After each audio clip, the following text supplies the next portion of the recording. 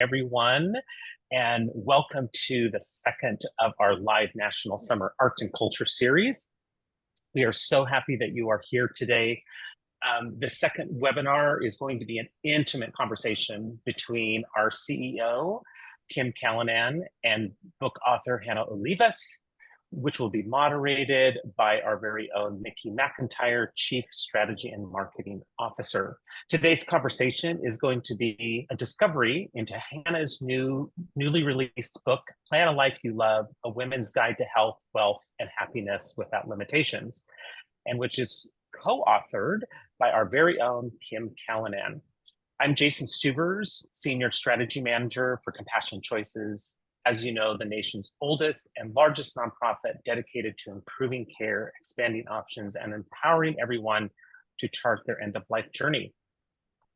With that said, I am honored to be here today with you, and I would love to welcome my esteemed colleagues again, Kim Callanan, President and CEO, and Nikki McIntyre, Chief Strategy and Marketing Officer of Compassion and Choices, along with our very own special guest, Hanna Olivas, author of Plan a Life You Love, A Women's Guide to Health, Wealth, Happiness Without Limitations. And at this time, I would like to turn it over to our moderator, Nikki McIntyre. Over to you, Nikki. Great. Thank you so much, Jason, and welcome everybody to this very special summer afternoon with hopefully some great conversation and maybe some inspiration to do a little planning for the rest of your life. I have to say, I feel great that the timing is, the tables are turned a little bit here. I mean, these are supposed to be Kim conversations, but I actually get to participate and ask her questions today, which is really fun. And I'm super excited about talking about this book, which, I have two powerful, wonderful, empowered women who have co-authored this book, doing chapters, as well as Hanna, you moving it forward, bringing the coalition of women together.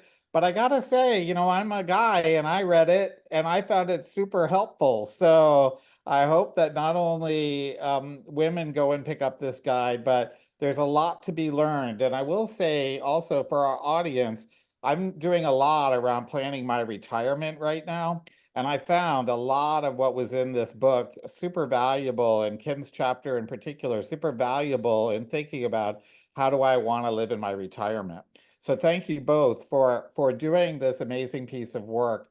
Now, Hanna, I know that a number of the people in our audience, they're so loyal to us and to the work that our advocates and activists do across the country. I know that a number of them will probably remember you as being one of our most vocal advocates in the Nevada legislative session last time. And I'm wondering if you would remind them briefly, as one of our major storytellers, refresh their memories a little bit about your personal story and how you came to Compassion and Choices and your work as a storyteller.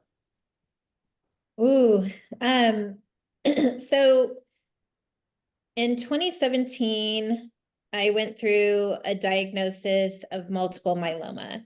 And it's crazy because so many years have gone by since I first met Kim and Pat and some of the other team players at CNC. And my story was broke from a local journalist in Vegas because I was just explaining to her, like, who else has this crazy disease and how do I find support? And I was beside myself because the doctors were telling me I had a year. One doctor told me 5 years tops. And well, if we all do the math, here we are in 2024 and I'm still here. So when I was introduced to Compassion and Choices, it was through a representative who had reached out, and she asked me how I felt about medical aid in dying based off of my diagnosis.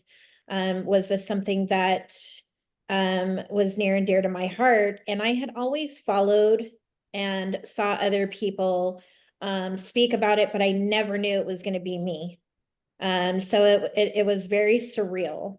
And so when Pat, as delicately as she reached out, she said, would you be willing to share your personal story? Because if this is something that you feel needs to happen in your state, you are the person to help make other people who want to have this bill pass here, you're a voice that we can use. And so I remember packing up into the car, going up to Carson City. My husband thought I was crazy. We went through hall after hall, meeting with legislator after legislator. We met with the governor. And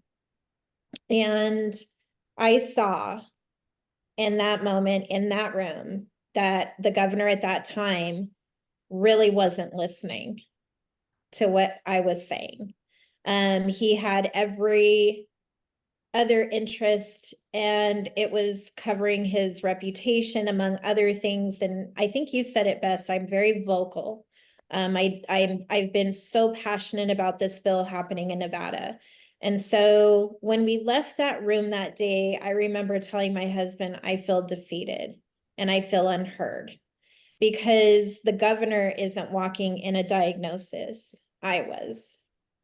And we were there to try and explain from the patient's perspective, which I have said so many times, that medical aid in dying, planning a life you love, all of this goes into one thing. So I know we tried again, and we did more, advocacy and awareness for this bill again. And I was so excited because I thought, you know what, new people, new space, we're going to get this. And my voice was shut down. So I left angry. And I can't imagine for anyone else who's going through a terminal diagnosis and just wanting the choice. So third time's a charm, right? At least we think so. So Right. we're going into new session, and we have this new governor, and it makes it through the floor, makes it through the next step, makes it to the governor's desk. And I'm like, we finally did it. I went down and testified in Nevada, and I'm like, we finally did this. This is going to be a bill that's going to happen. And it doesn't just benefit me. This is something that's going to benefit people years to come in Nevada who are facing terminal diagnosis. And the governor vetoed it at 11:59 p.m. And for anyone who was in the room with me, which happens to be my lucky husband, I lost it. And I said, I just don't get it. You people in Nevada just, I was frustrated. So now we're in a new season of election, and I have been very vocal, probably the most I have been, because it is something that absolutely has to happen in this city, and I do wholeheartedly believe across the country. But not just focusing on the end of life, but also there's two sides to this. There's focusing on living now, but also preparing how you're going to end. Right. And I've said this, Kim has heard me say this, Pat has heard me, the world has heard me say, I will not leave this world tied up to a bunch of tubes in a hospital with my children and my husband and my grandkids seeing me leave in that way. I will do it on my terms, with dignity, with love, surrounded by those that I love, and in peace. And that's all I want. I love that quote that you give about, you want the final thing that happens in your life to be your children and your grandchildren surrounding you saying, I love you, grandma, I love you, ma. And I think I hope that, that our team on the ground works so hard. You were a part of that, Pat, as the national director or the director for Spanish media, as well as in our advocacy department. It was heartbreaking, just heartbreaking. And I'm so proud of you for continuing on. And it also seemed like that experience kind of drove you to live your life a little, maybe even more fully in terms of the accomplishments you've had since you got that diagnosis and since you have been doing these advocacy battles. And really turning that into, I guess you're probably just going to be the next Oprah Winfrey. We have this She Rises Studios, which is absolutely amazing, which gave birth to this book project that has come out. Tell us a little bit about She Rises and what the path has been for you over the last couple of years, a couple of highlights. This crazy diagnosis, If looking back at it now, it really could have just been full on mess. I could have caved. And I believe that I think one of the reasons why I'm still standing here living and breathing is one, I have this incredible family. My kids are just, I wouldn't even know where to start. It would take a whole nother webinar to tell you how amazing my kids and my grandkids and my husband are. And so She Rises Studios came from the will to live and empower. And I had opened up a nonprofit called the Brave and Beautiful Blood Cancer Foundation, primarily because I was finding when I shared my story that there were so many people in my own city that needed help, that had similar diagnosis, that had no help, that wanted this bill that we're talking about to happen. And so the nonprofit has done well, and it's a feel good, but She Rises Studios is something so different because women have so much power and so much potential, even if we're diagnosed with a chronic illness or a terminal illness. And I wholeheartedly believe that since I've focused on being a voice, advocating for what I believe is right and true, I think that's just kept me going. Plus my family and all the the extraordinary men and women that I've met in this journey of She Rises Studios has transformed my life. And I promised I wasn't going to choke up, but I think it's coming. And what She Rises is a platform for women to share their story, to share their voice, to be seen, heard, and known, because we all have one. And it's not to excuse men from it, because now we work with men too, and they're just as important. I have an amazing man who supports my everything, and without him, my voice might be a little quieter. So I do not want to disregard men, but when we opened She Rises Studios, it was to really just show women, because it was happening mid-pandemic. We wanted them to know you're not alone. You might be at home with a chronic illness. You might be at home with a terminal illness or someone you love. You might be on the verge of losing your business because of this pandemic, because nobody could escape it. We all went through the pandemic together, whether we like it or not. That's when we all had to be friends because there was no other choice. So She Rises Studios really opened as an inspiring movement. And what it turned into today, I didn't even see coming. Truth be told, I never knew we were going to become a large publishing company. The things that are occurring over the last 4 years, I look back and I'm just like, wow, but this is not all me. I didn't do this alone. Not even close. I have a community of women, thousands of them, who are just extraordinary. Kim has been one for me. Pat has been one for me. Sam has been one for me. I mean, the list could go on and on and on. But this is an example of what it looks like when you have a true passion for something to come to life, and you bring those voices together, which is what you do. And what you're doing with Compassion and Choices is you're saying, hey, this needs to be seen, heard, and known. This is important. And this is an important topic. Even though it's intimate, you still need the voices. So you brought it together. We brought it together, and here we are. Here we are together. And I love that word, that you use. It's a platform. It's a platform for raising people's voices. And, that's what Compassionate Choices is right about. Thank you so much for that. I think that's why there was such simpatico between the two of us, or the two of you actually. I do have to say I was super thrilled to watch you work the red carpet during that the award ceremony and stuff like that. It was very cool to see all of the different things that you're getting to do. Now, when Kim first came to me and told me that she was doing this chapter, I kind of was like, oh goodness, I was like a little worried, a little nervous. But I could see how excited she was. And one of the things that excited her was that she was doing it with you, and that it was happening with you. And the second was, well, I'm not going to give it away, but because of what the subject matter was that Kim embraced. But Kim, why don't you tell us like how it came about and like what your process was, and then we'll talk specifically about the content of your chapter. Sure. I happened to be on vacation when Hannah did the call for people who are interested in writing a chapter around this book. And it is one of those stars align because the course of my day-to-day life, I am not great about going on Facebook and checking Facebook. And the only reason that I saw the message, I actually do follow Hanna because she's always inspired me. So she's one of the people that's there if I go, but I rarely go because I'm busy trying to change laws and policy and all of that.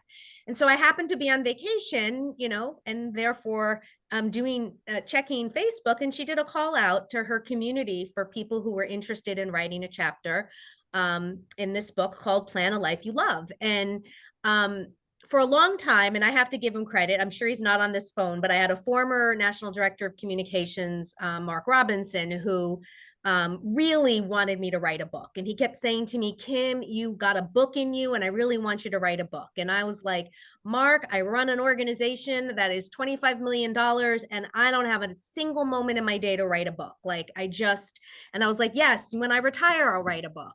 And so this felt like I did have a book in me, and I actually still want to write the whole book, but a chapter felt more doable. And what was exciting for me about the particular call from Hanna was I already knew the book that I wanted to write. I just couldn't figure out how to make the time for it. And that is that I have the privilege and the pleasure of each and every day working with these incredible people who get terminal diagnosis like Hanna, who choose to embrace their mortality. And whatever the time is they have left, whether that's 10 years or 6 months, they leave a legacy of impact that is unimaginable. All of a sudden, it's like they've started life over again, and they are breaking through barriers that like you can't even believe is possible.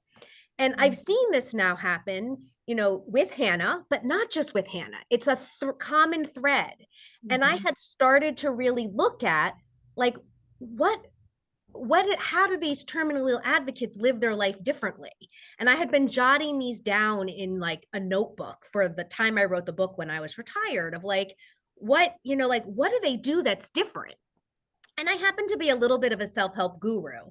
And so I'm jotting down these notes of like, how are they living their life that's different? They have more courage. They're connected to community. They don't let fear get in the way. They don't have excuse. Like there's all of these things. And I'm noticing at the same time I had taken this course by Dr. Laurie Santos. And that course was all about the science of happiness. It was taking the evidence and the data and the science about what does that say about how you live your life that makes you happier. And it's really irregardless of income, there are common things that people can do in order to be happy. And it's backed by research by, Yale and Harvard and like all of these places.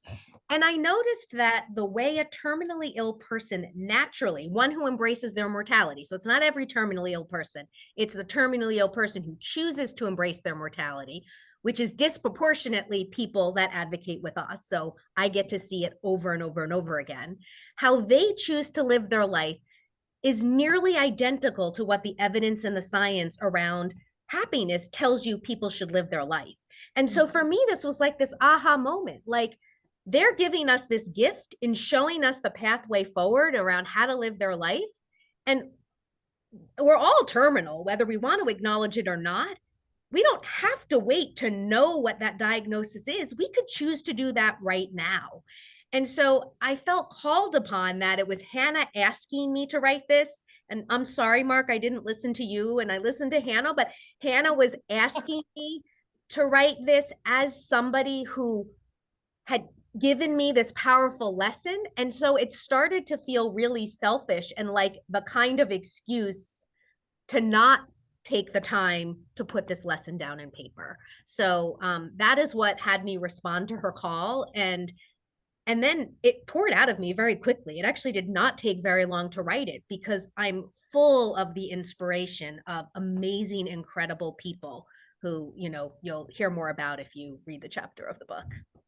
Right. Well, we may actually ask you about that right now, because I will say, once I read the chapter, the early draft of the chapter, I was like 100% on board and got super excited. I think I got as excited as Kim was, which is why, we at Compassionate Choices have fully embraced the book and the other authors and the people who have participated in this project, because there's so much great stuff in it. In particular, the chapter, and Kim, it is like a self-help book in many ways, and it's for anyone who really wants to live a fuller, richer, or more meaningful life. Your chapter, I think, no matter how much time they have, it's like, do you want to live a fuller, richer, or more meaningful life? Was there one storyteller, one lesson learned? I know for me it was let go of the trivial, right? But I'm wondering if there was one lesson that you got that's really stood out for you. So I would say, and it's interesting that today we're doing this this conversation, because earlier today on our all staff call, we honored one of our storytellers who just died, Nancy Uden. And Nancy is from Minnesota, and I had the privilege of meeting her at our last Minnesota event that we did.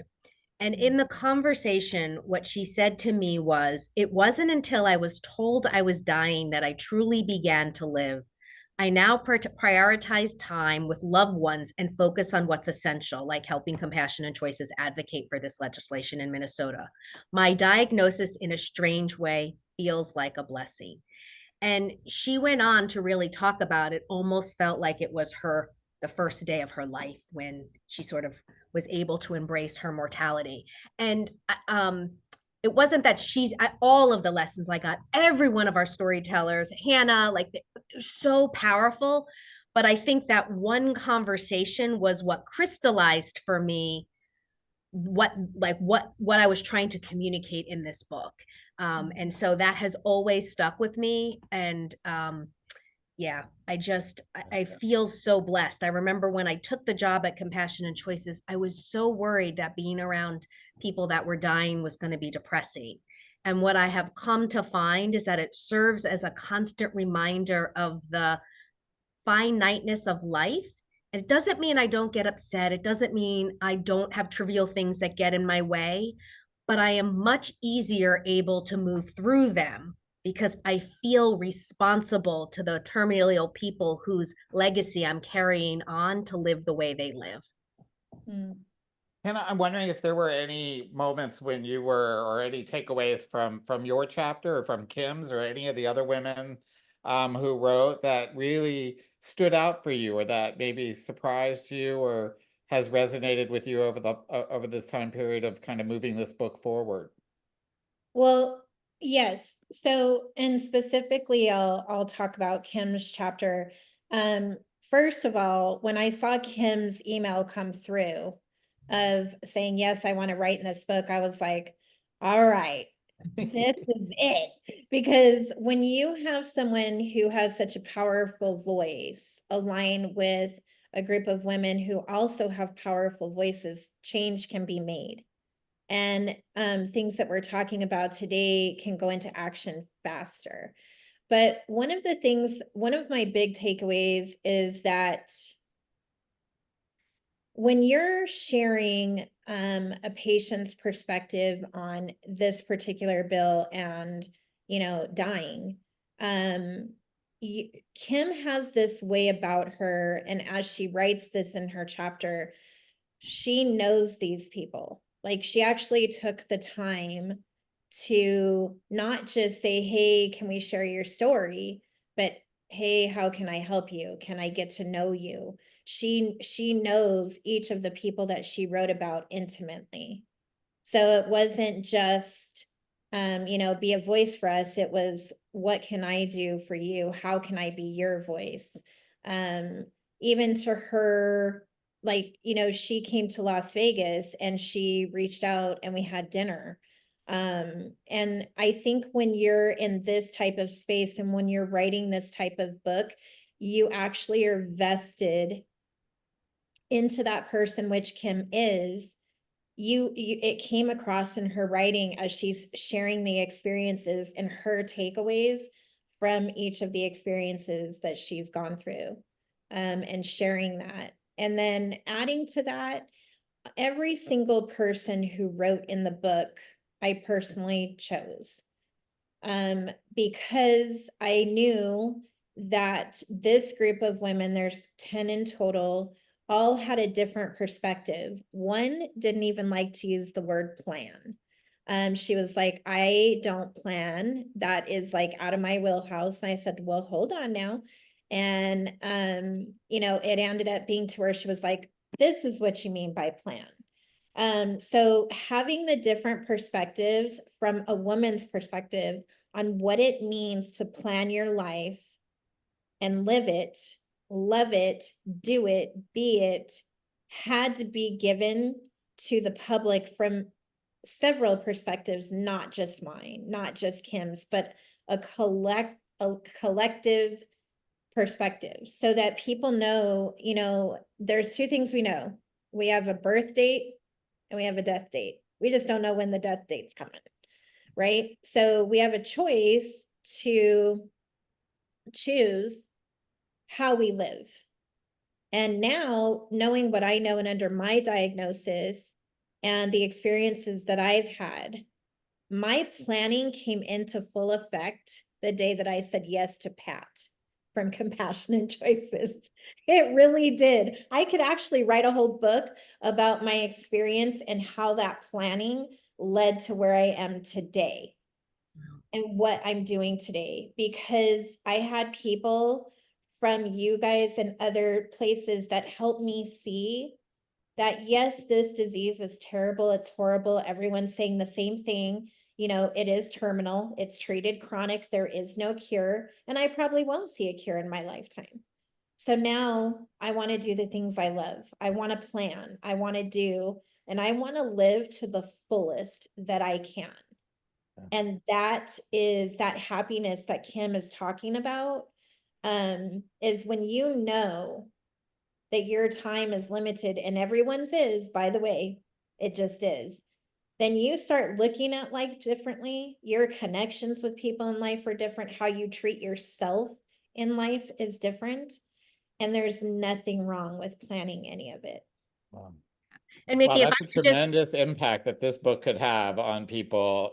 Thank you very, very much for sharing that. I love the fact that, so often you buy a book like this and it's one person's method, and you're kind of like stuck with that method. It either works or it doesn't. In this book, I found like I could just go on to the next person and see, okay, well, I'll take this piece from here and this piece from here. And I always feel like I have to get it right somehow. Like I have to get the plan right. And the joy of reading multiple planning chapters at the same time and hearing different people's perspective was to show that there's not one right way. The impact of the book is inspiring you to live your life. That was really cool for me. Thanks for sharing that, Hannah. I wonder, Kim, if you have thoughts about how you see the book impacting, and your chapter in particular, impacting the end of life movement and conversations and the work that we do at CNC. Yeah, I'll answer that in 1 second. I do want to just do a shout out for one of the other co-authors who's on the call, which is Sylvia Becker-Hill. And she's actually the one who wrote the chapter starting out talking about how she doesn't want to plan. So if you're someone who is not a planner, I think hers is the 3rd chapter in the book, and it's a great chapter. And she starts it off with a song which came on in karaoke it's Que Sera Sera. And I sung the whole song when it came on in karaoke, and my husband's looking at me like, how do you know the words to that song? And I was like, oh, we just sang it on a Zoom. So anyway, Sylvia's fabulous. So thank you for coming, Sylvia. But in terms of how this can impact the end of life movement, I think there's a couple of ways. First of all, I hope it impacts everybody's life, and that it gives you a different frame that allows you to live to the fullest in your life. And that's my ultimate hope. But I've really been thinking about the narrative that's out there around end of life. And there is a narrative that planning for the end is taboo. And we've really talked about the progress that we've been making, kind of normalizing the conversation and, bringing it out of the shadows and into the light. And that's been kind of the framing of it.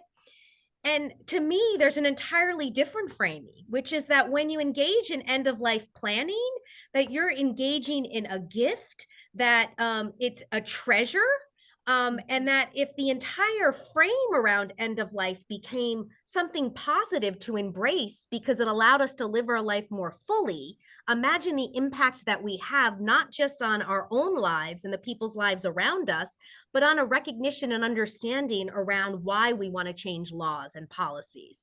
So I'm hoping there's some way to really shift the conversation from one that is traumatic or difficult or taboo to one that is a treasure. So that's kind of where I'm headed with this. And I, as everyone who has had conversations with me knows, my inspiration for everything that I do comes through conversations with people. That is how I kind of come up with my vision and my work. And so Hannah's right. Like, I do want to like meet with people and reach out to them. And every time a supporter says to me, you shouldn't be spending your time meeting with me, you have bigger things to do, I'm like, you don't understand the way my mind works. Like, you are the big thing that I have to do, because that conversation is what's going to lead us to figuring out how do we change it from a taboo to treasure. Like, that comes through the power of this incredible network. So thank you to everyone who has given me the blessing of your time and allowed me to learn from you. Cool. Thanks very much for that. I'm wondering, were there surprises for either of you, like personally? Like, I always like to ask the surprise question. Like, what surprised you in this process? You know, be honest now. What did you find out? Like, you really can write? Wow. Was that a big surprise? I'm gonna let Kim go first. Okay. So I think what surprised me is how quickly it came out. Like, I mean, I really did, and we'll have to send Mark the video because I don't think he's on. I really did see this idea that I was going to write a book as like another thing on my to-do list that was going to take so much time. And what I found is it poured out of me and I was done pretty quickly. And then I was kind of like, wow, like that, you know. And so now it's a question of like, does it impact people? Because if it does, then I'll go on and I'll do the whole book. But you know, I'm waiting for the like evidence that like this, there's something there to it, and that it's impacting people, and that they're seeing the same thing that I get to see when I work with these terminally ill people. Advocates, incredible inspirations they are. I think for me, on a personal level, I'll take myself out as the publisher of the book, and just tell you where the book came from personally. So I was having this pity party for myself, because I had just left the doctors, and, you know, this doctor, we have a great relationship, but he likes to fight with me. He likes to tell me what to do. And anybody who knows me, I don't like to be told what to do. I want to be in agreement. I want to understand what's happening. And so he's telling me, you know, your disease is progressing. The things that you're going through, because the last year and a half have been very hard and very scary. And he's like, you just need to go plan and go do and go be with your kids and go do all these things that you tell me that you want to do, and stop worrying about your business. That's what he told me. He said, go spend time with your family, go live out your dreams, go live out this. And I said to him, you have to know my business is one of my dreams. It's one of my biggest. And so I have to plan how I'm going to continue doing business, plan how my business will continue once I'm no longer here. And I have to teach my children who I'm legacying this business to what they're going to do and their duties. But it was kind of bittersweet, because as I'm writing this chapter, and I have a solo book on the back fence like Kim does, where I really am doing a deep dive into the fear. First, you have to overcome the fear of dying. You have to understand, you have to be in acceptance of the diagnosis that you have. Or if you're a caretaker, you have to be in acceptance of the diagnosis that your loved one has. And so as I'm writing this, again, it hit me that I'm writing about me and my life, and I got really scared. And my, you know, and I'm very open and honest. Through this diagnosis, I sought help through therapy. I went to a psychologist, psychiatrist, therapist, to my pastor, and everything in between, because this was no longer a journey I could walk alone. So this book, Plan a Life You Love and Live It Out Loud, came to me just as clear as the day that I was crying in the shower, losing my hair, and I kept hearing the voice say, she rises, she leads, she lives. That this is not the end of me. This is another chapter, and that what I'm creating with other men and women will continue. And I'll never forget, there's so many pivotal moments in creation of this book, and just that she rises, she leads, she lives. Like, I get goosebumps, and I know that that vision and what me even being in this room with you today is all a part of the plan. Wow, thank you both for those surprises. I really appreciate that. And somebody shouted this out in the Q&A or the chat or something, but they reminded me of another amazing book. There's been a little discussion in the chat around the role of faith in, how we do our work around death and dying. And, so it's interesting. I think we'll probably have to do a session at some point or another just around that for the fall for everybody. But the person reminded me of the amazing Ganga Stone's book called The Conversation. And for those of you who don't know, she recently died, but she was the founder of God's Love We Deliver. During the height of the AIDS epidemic in New York, she went out into the street and started feeding people who were dying of AIDS, who could not get food otherwise. And that organization lives on and is doing amazing work for people with all different kinds of conditions and disease and illnesses, still thinking about food as love in some ways, in making that piece. And that The Conversation is another one of those seminal books that this book now reminds me of. Thanks, whoever shouted that out. I'm wondering what else, like what's going to happen. I know that we're going to publish, as a bit of a tease, a couple of pages of the book, I think, in our next magazine of Kim's chapter. I'm hoping that Kim won't wait till retirement to actually write a book, because I'm now on board with this book in such a big way. But I'm wondering what's next, Hannah, what's next for this book? And what's next for you and She Rises? Are there any projects you wanna promote right now? Well, what's next for the book is we go into New York Times bestseller campaign. And the reason why I believe that that is important is that if it hits that, then that means that this book is in everyone's hands. And now there is a movement. And this movement will continue and be added onto the movement that you at CNC have done. So now you have the attention of many more people on planning their life, loving their life, but also focusing on planning the end of life. So they go hand in hand. So that's happening. We also created a journal that will come out here in the next 3.5, I think, weeks, that accompanies this book, so that the person who reads the book can also utilize the journal to help themselves. It's very thought-provoking of, who am I? I mean, let's start with that real question. Who am I? Because when I was first diagnosed, every room I walked into, they would say, that's the girl that was on TV. She has cancer and there's no cure. I was known as the cancer girl. And I'm like, no, I'm not the cancer girl. I'm the girl who has cancer. But I'm a mama, I'm a wife, I'm a nerd, I'm a dork, I'm a Stevie Nicks fan. I love to write, I love to karaoke, I love all these different things. I love to travel, I love kissing dolphins. Like, there's so much more to me, and the disease itself is not going to define me.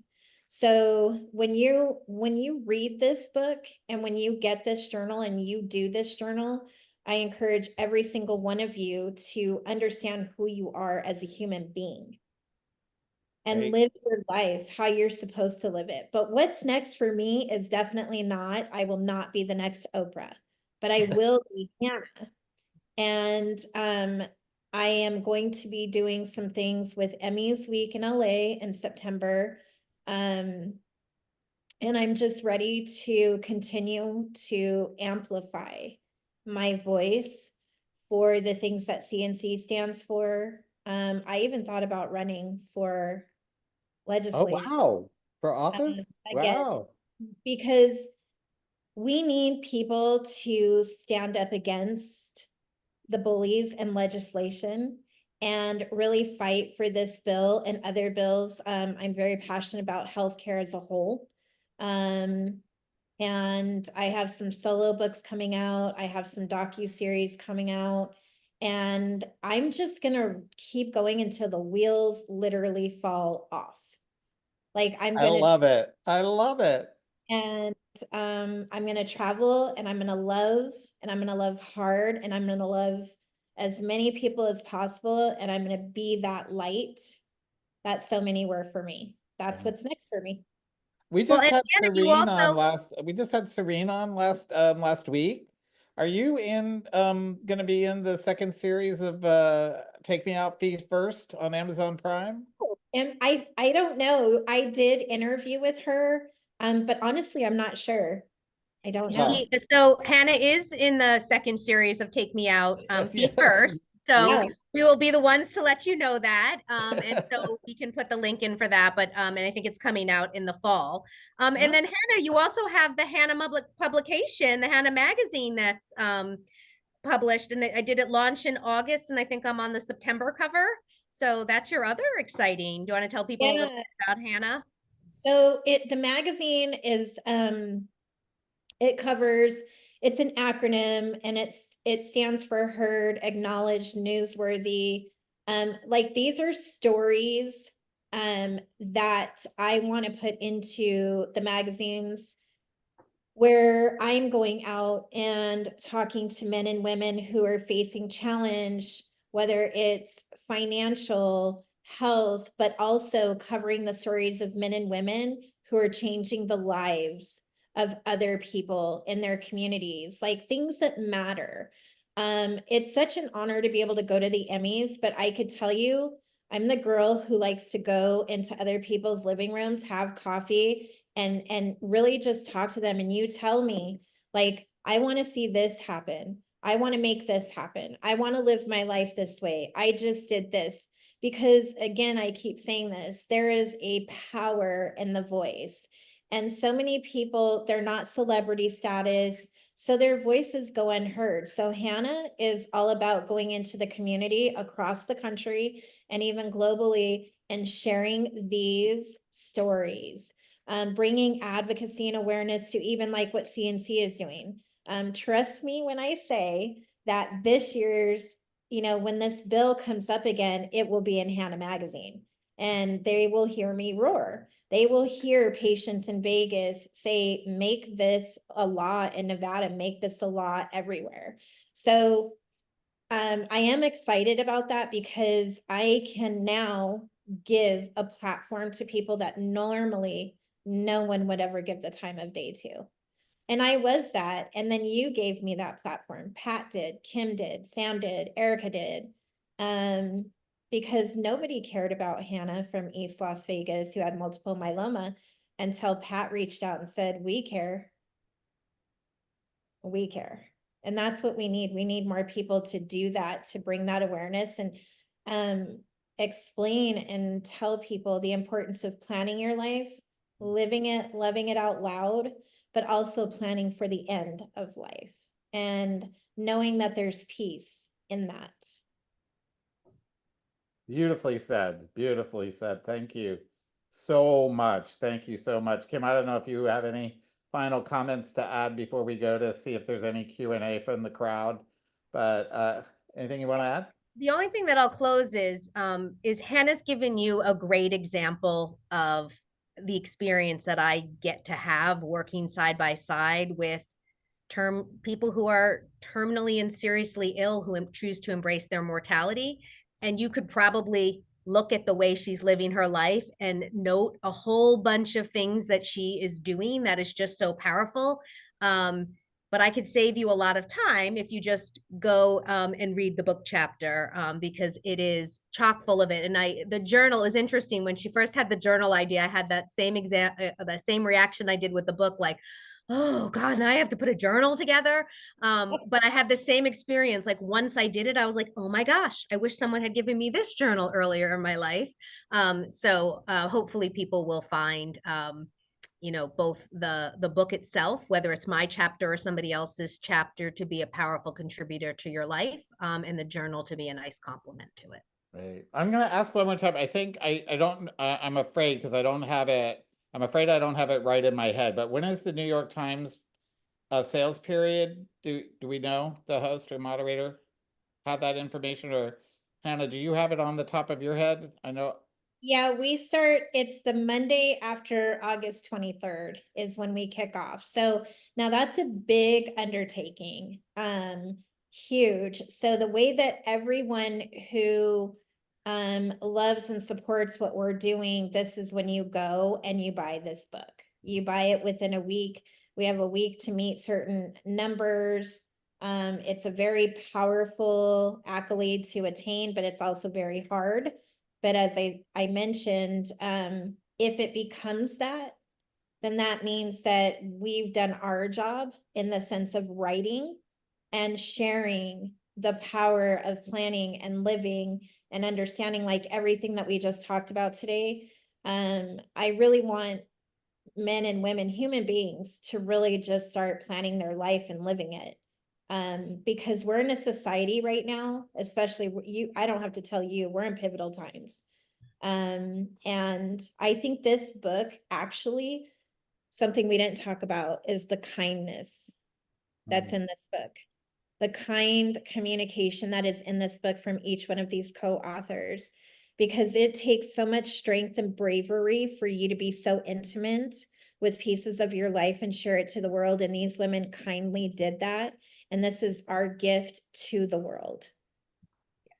And Thank Sylvia you. makes Thank a you for that. great That's really right. Yeah, go Sylvia ahead. makes a great point in the chat, which is if you read the book and you loved the book, please take the time to leave us a 5-star review on Amazon, because that helps drive sales up, and then that will help with the New York Times bestseller as well. Listen, let's drive the sales up in other ways too. Look, I know each and every one of you out there has that friend, right? That's a little down, that's a little like out of it, that's wondering what they're going to do. Maybe they're headed into retirement. Maybe they have some other major life transition that might not be a terminal diagnosis or might not be, but we all have those friends out there. The August is the best time to start your holiday shopping, and you should be buying 6 or 7 of those, for your little Eeyore friends, my friends that are a little down maybe, and need a little inspiration and kindness. So starting on August 26th, I want you to head on over to Amazon.com or She Rises Studios and buy, 10 or 15 copies of this book. And then leave 5-star reviews because you love it. You'll love it. Don't worry about it. Okay. Thank you two so much for today. Let's see if there's any Q&A from our crowd or whether they're already counting their change to go get ready to go buy the book. We'll see what happens. Jason, what do you got? So we have one question that came in from Ali Lasky. She wanted to know, Hannah, what did you do career-wise before you built this amazing empire, She Rises Studios? Oh, well, I was a celebrity makeup and hair artist. I spent my time in the beauty world for years. And then diagnosis happened, and I kind of retired and really didn't know what I wanted to do. I went and had one of those Hanna pity parties, and then opened up the nonprofit looking for some support. But yeah, my background was makeup and hair, and I loved it, but not anymore. And is there a certain skill set that you would say that you maybe took from your previous career to help you build these studios?